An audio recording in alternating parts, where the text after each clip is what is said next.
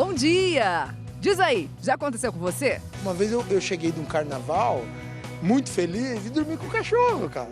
Abraçado. Abraçado. Acordando do dia sem lembrar das coisas, aí o povo me contava o que eu tinha feito, aí eu pensava assim, e pior, eu começava a lembrar por detalhe por detalhe. Às vezes é melhor nem lembrar, né? Me contaram que eu caí no chão, me levaram pra cima de uma sinuca, me deram um banho de roupa e tudo com a mangueira e água gelada. O blackout alcoólico pode acontecer quando você bebe rápido demais ou de estômago vazio. Mas será que quem tem esse tipo de amnésia tem mais chances de virar alcoólatra? E mais, será que a ressaca aumenta com a idade? E exercício físico cura os sintomas? Eu acabei de tocar numa formatura, eram 5h30 da manhã, passei em casa, tomei uma vitamina, botei a roupa e fui. Acha que no outro dia na academia vai resolver o problema e vai tirar aquele álcool. Não, não funciona, não é assim. Então, o que funciona? Quem vai responder é a hepatologista a doutora Edna Strauss e também o neurologista doutor Fernando Morgadinho. Você tem dúvidas, você tem histórias para contar? Escreve pra gente, usa a hashtag Você no Bem-Estar ou liga 40022884. Para começar o programa de hoje, a gente vai com mais um episódio da nossa série Um Quarto. Os jovens de menos de 25 anos abrindo o coração e a porta do quarto para ter uma conversa franca, direta com a gente sobre álcool e ressaca.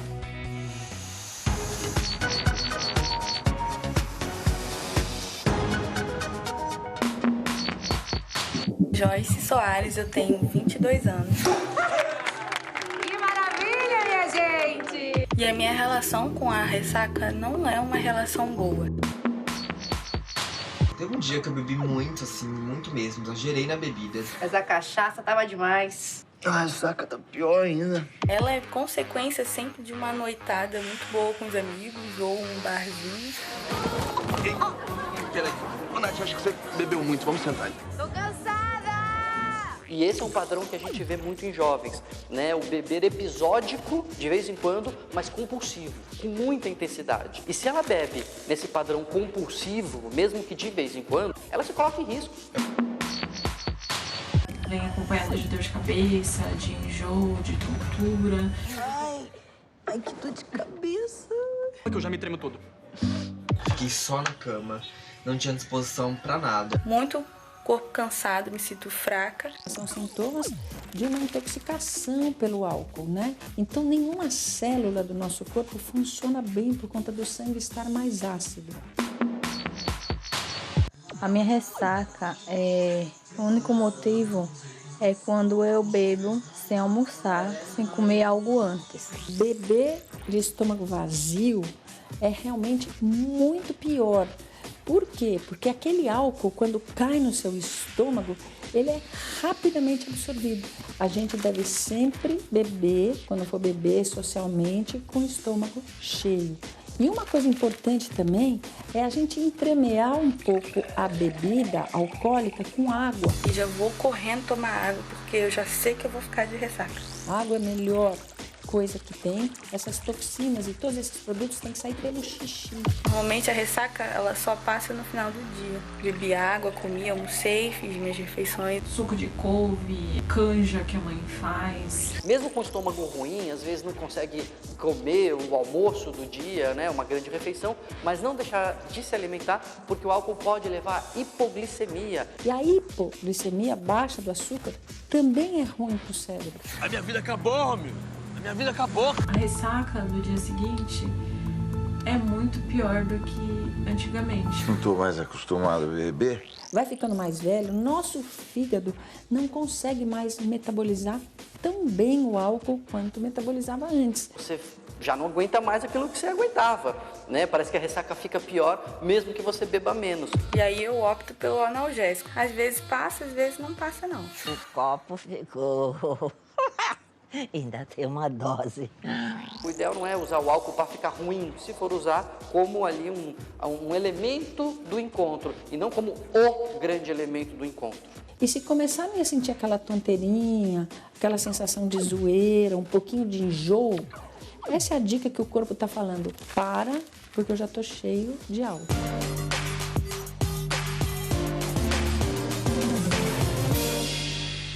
Você também quer abrir a porta do seu quarto para o Brasil inteiro aqui no Bem-Estar? Você quer deixar a gente entrar no seu quarto? Então, escreve pra gente, entra na nossa página g1.com.br/bem-estar. O próximo episódio vai ser sobre acne.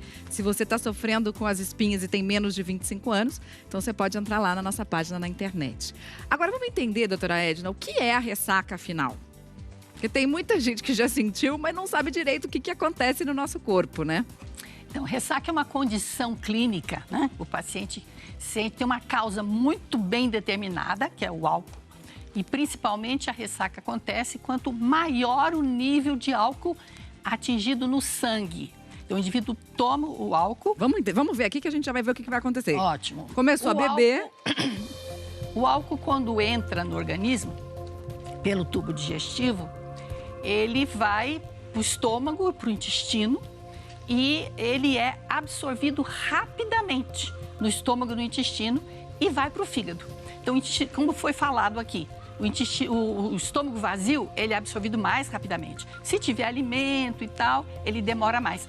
Quanto mais devagar nós tomarmos o álcool, o indivíduo ingerir o álcool, as consequências podem ser amenizadas, né? E quando ele chega no fígado, ele vai ser metabolizado.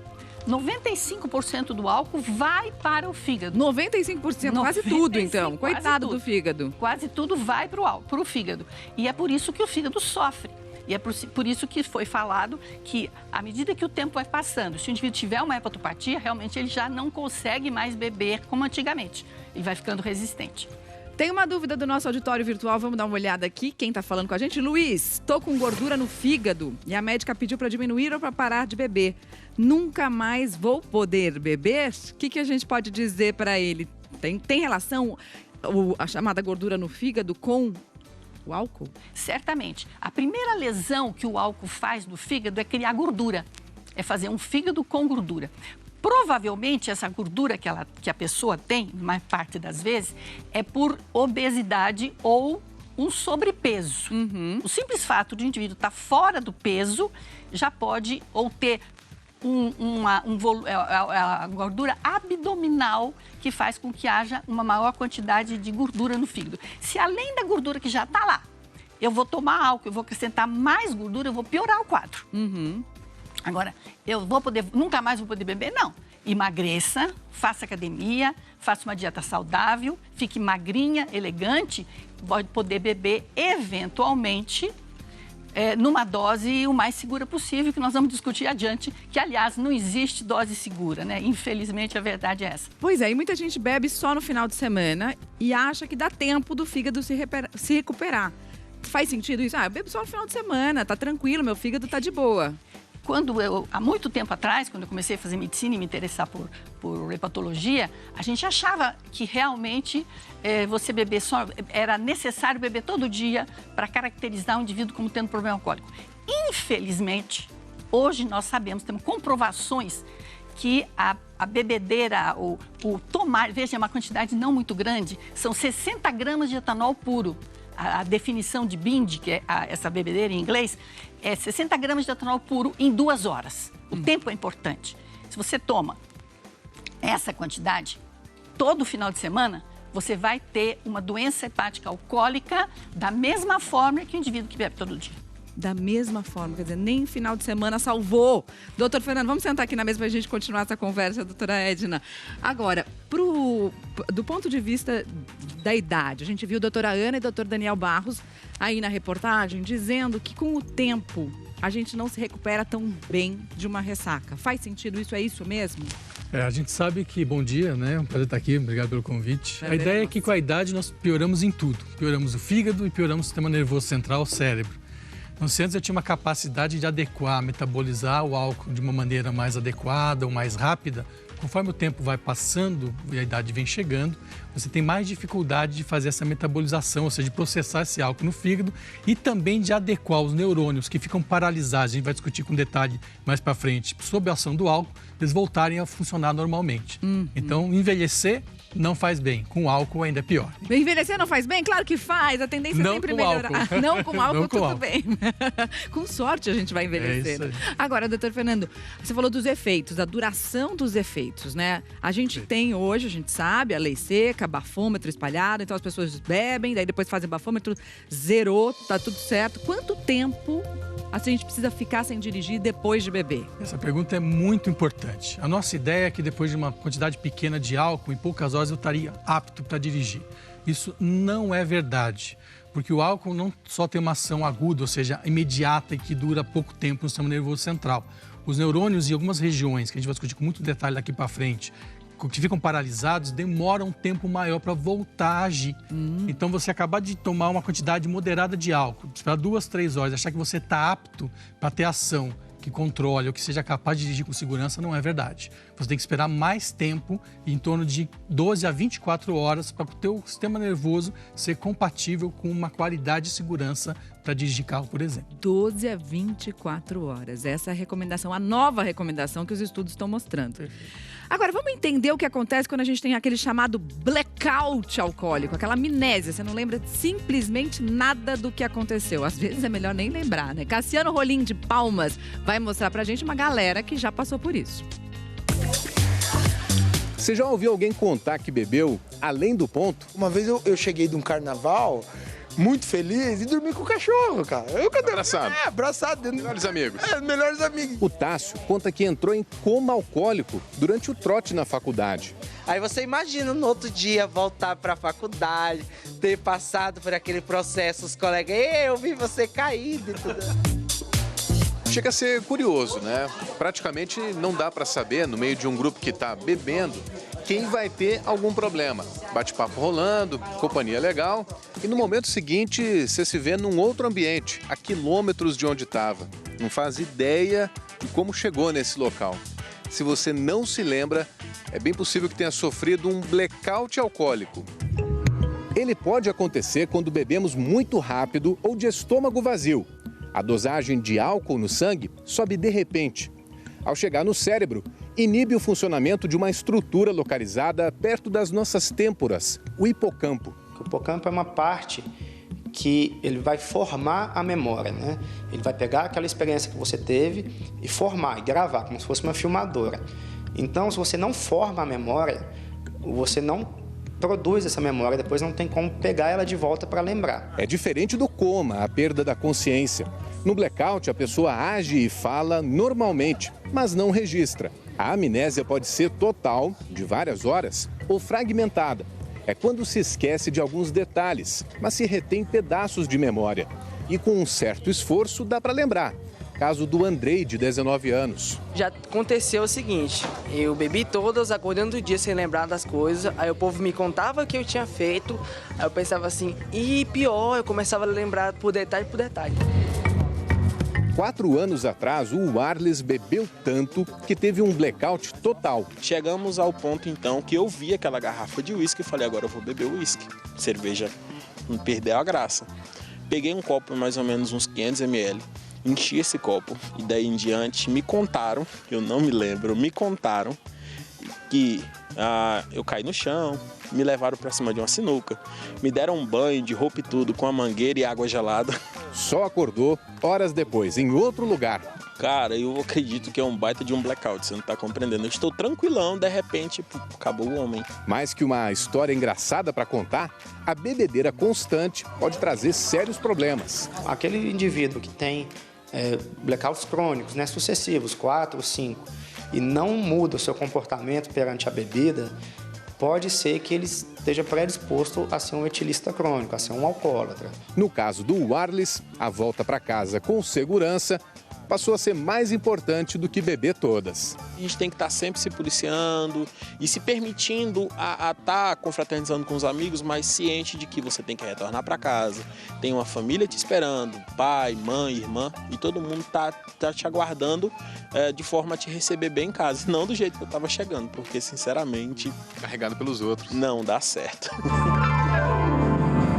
Boa, Wallace. Tem um recado, um comentário da nossa tela interativa. Vamos ver de quem? Da Paloma.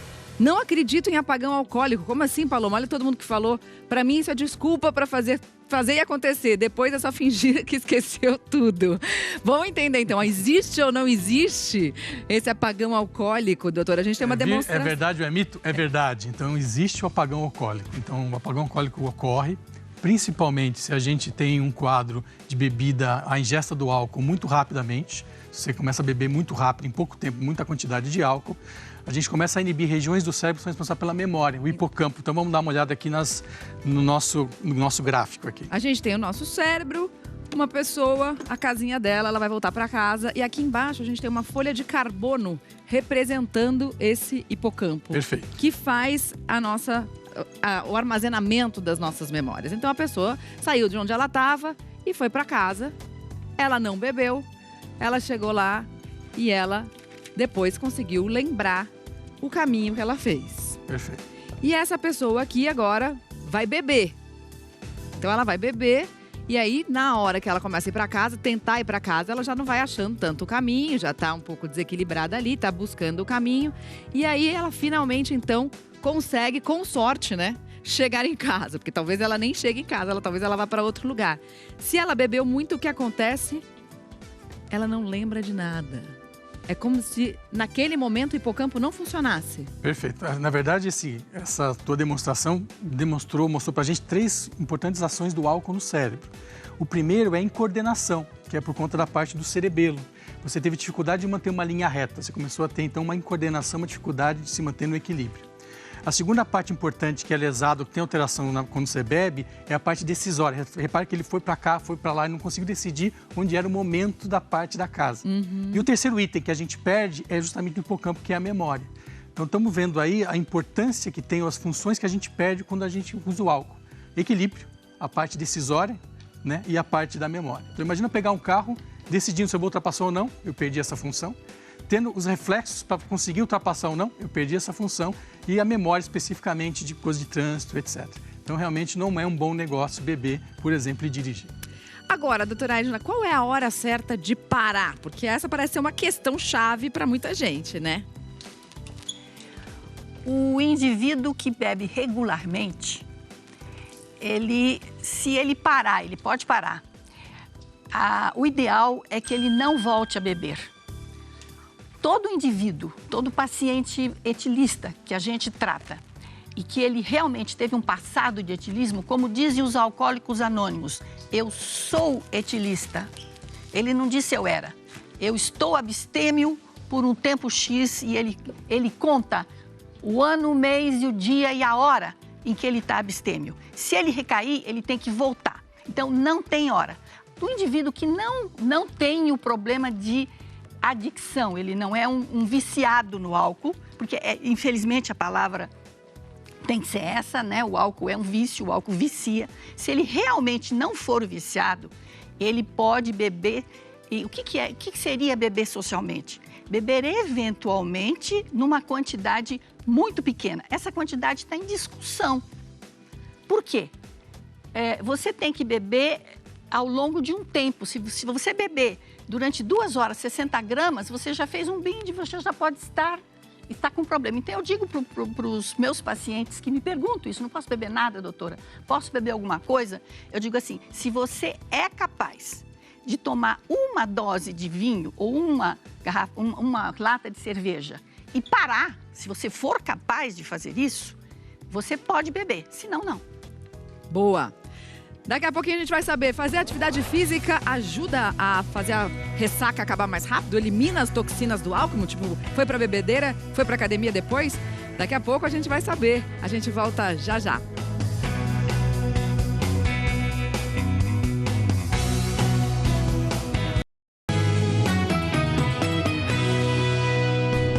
Bem-vindo de volta ao Bem-Estar. Tô aqui na cama agora para dizer assim, quem nunca, né? Chegou em casa depois de uma bebedeira, deitou assim, sem desarrumar a cama. Mas tem gente que faz diferente, tem gente que chega em casa, só troca de roupa e virado mesmo da balada, vai fazer exercício. Será que ajuda a resolver o problema da ressaca? Faz os efeitos do álcool ir embora mais rápido? Missão para a equipe do Eu Atleta responder.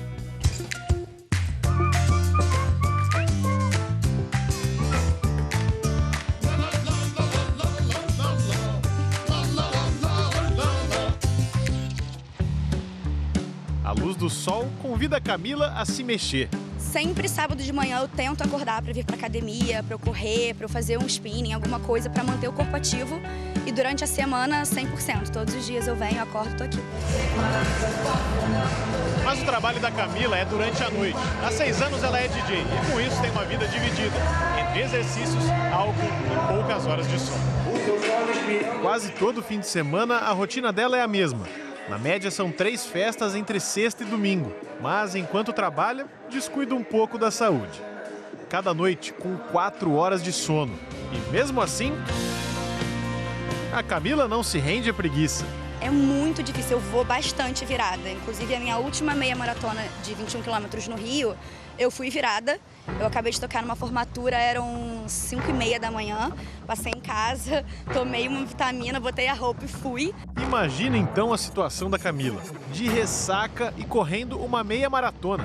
Não vou negar que é bem difícil, eu me tremia. Alterando coordenação motora e com isso então você tem um maior risco de lesões, principalmente em algumas atividades esportivas que requeram mais atenção sua.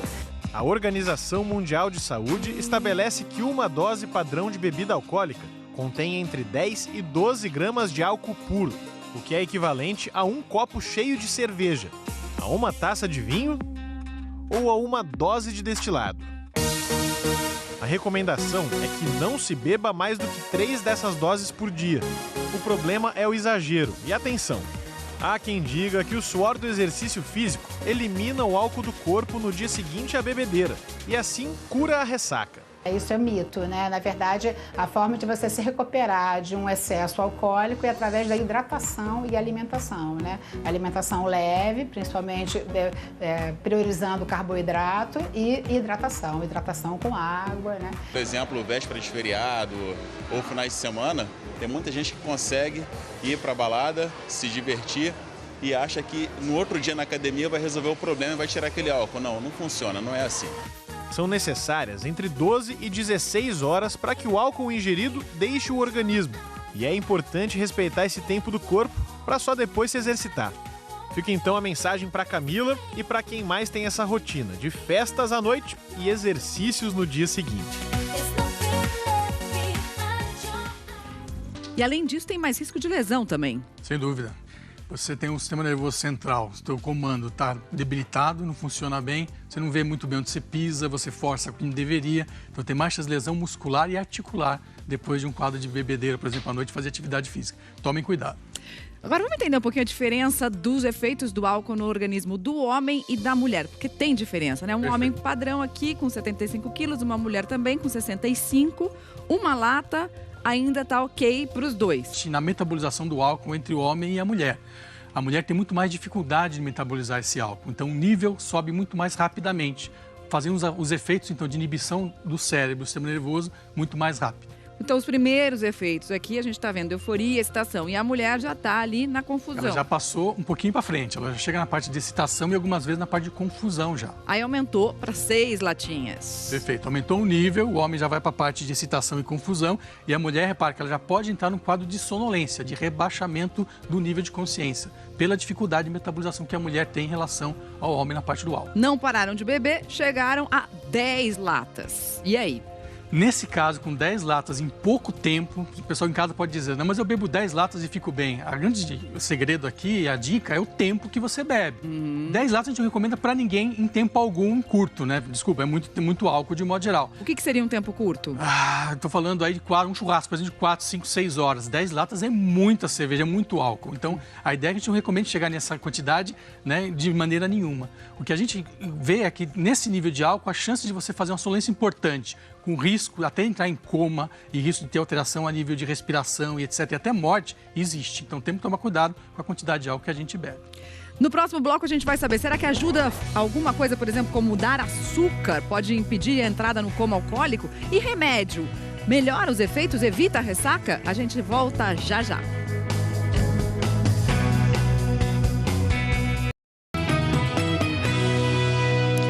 Hora do G1 em 1 minuto.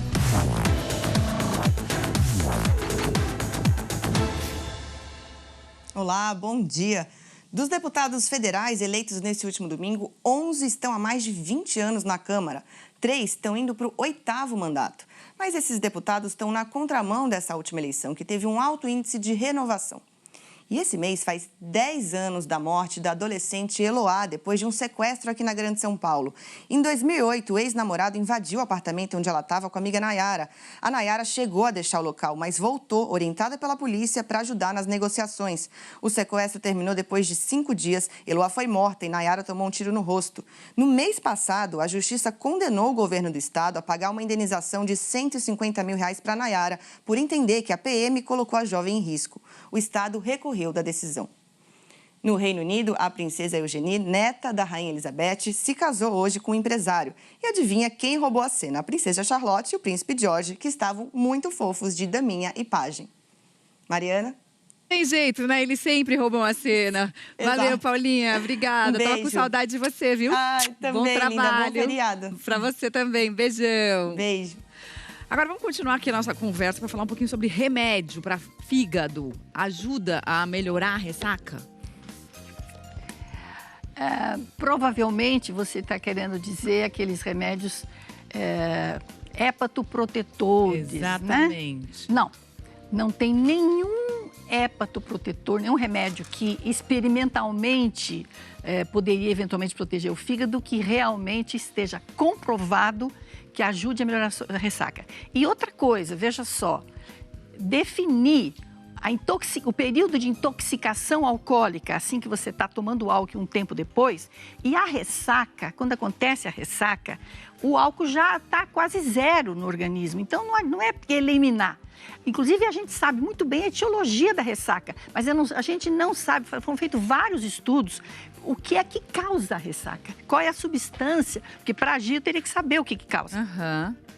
Há algumas ideias de que seja um processo inflamatório. Aliás, muita coisa em medicina hoje em dia é tudo processo inflamatório.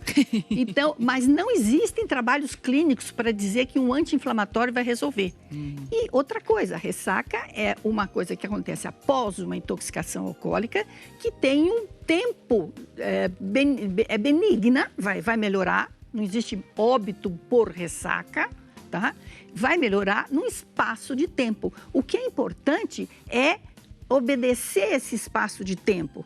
Não adianta fazer exercício, não adianta comer qualquer coisa, então, não adianta açúcar, tomar remédio. Alguma coisa com doce na hora que você está bebendo, pode diminuir a consequência? Pode evitar um coma alcoólico, por exemplo? Não, você precisa se alimentar, não é necessariamente alguma coisa doce. Você precisa se alimentar durante a ingestão alcoólica. Não a ressaca vai depender da quantidade de etanol que atingir no sangue. Ele pode ter ou não ter ressaca. O mais comum, numa quantidade X, é que haja ressaca. Existe gente que é mais resistente à ressaca. Agora, até chegar lá, depois que chegou na ressaca, quer dizer, já passou, aí tem que esperar aquele tempo de 12 até 24 horas para resolver a ressaca. E outra coisa, o fato de ter ressaca não quer dizer que esse indivíduo vai ter mais doença ou não. Vários pacientes meus nunca tiveram ressaca e foram bebedores crônicos que chegaram em fase de cirrose. Se não tem ressaca, então não vai ter problema? Pode ter problema, sim.